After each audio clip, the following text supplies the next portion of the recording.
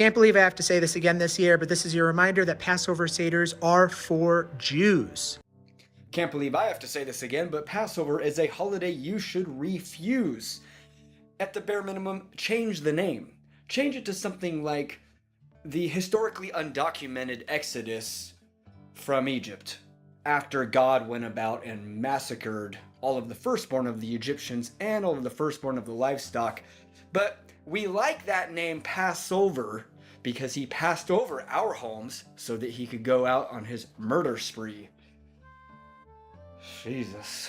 But Passover, sorry to keep hammering this home. Fortunately, this holiday, like none other, ends tonight.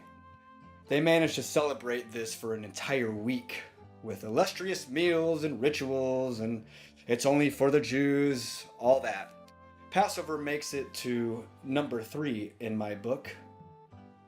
And so I'll just read the ending of the commentary here.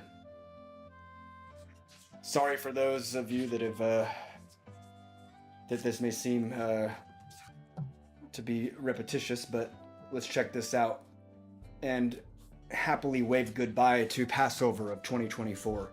Let's review some key points regarding this holiday like none other. After all, what other large-scale annual celebration honors the mass murder of children? God's hardened Pharaoh's heart trick leads us to this 10th and final plague of Egypt. God commands that each family slaughter an animal and smear their door frames with blood. God then kills every firstborn son in Egypt and passes over the homes with the smeared blood. God's efficiency is unrivaled.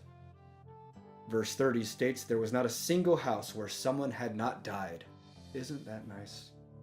God declares the perpetual celebration of this event as a law for all time. God declares that if anyone wants to celebrate the Passover, they must be circumcised. God's severely stymieing omniscience is concerning here. Apparently, he wouldn't know what houses his chosen people were in, so he needed the blood of their slaughtered animals as a sign that he may pass over their home. God's severely stymied omnipotence is alarming, yet unsurprising, as the insatiably bloodthirsty nature of God prefers the more unsanitary hands-on approach versus a more pragmatic purging. We can replace the name God, by the way, with the name that shall not be spoken, Yahweh. I am an Yahwehist, so I have no problem saying Yahweh. Therefore, we can rest assured the ensuing midnight raid and the murdering of not only the firstborn sons, but also the firstborn animals was one of an extreme bloodbath.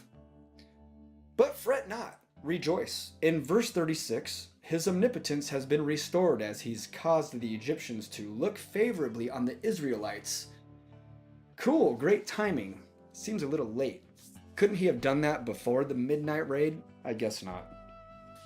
By the way, for those that are interested, it's Exodus 12, verse 36 that I'm quoting there. Goodbye, Passover. If you're celebrated next year, and I have no doubt that you will be, I will see you then. Take care.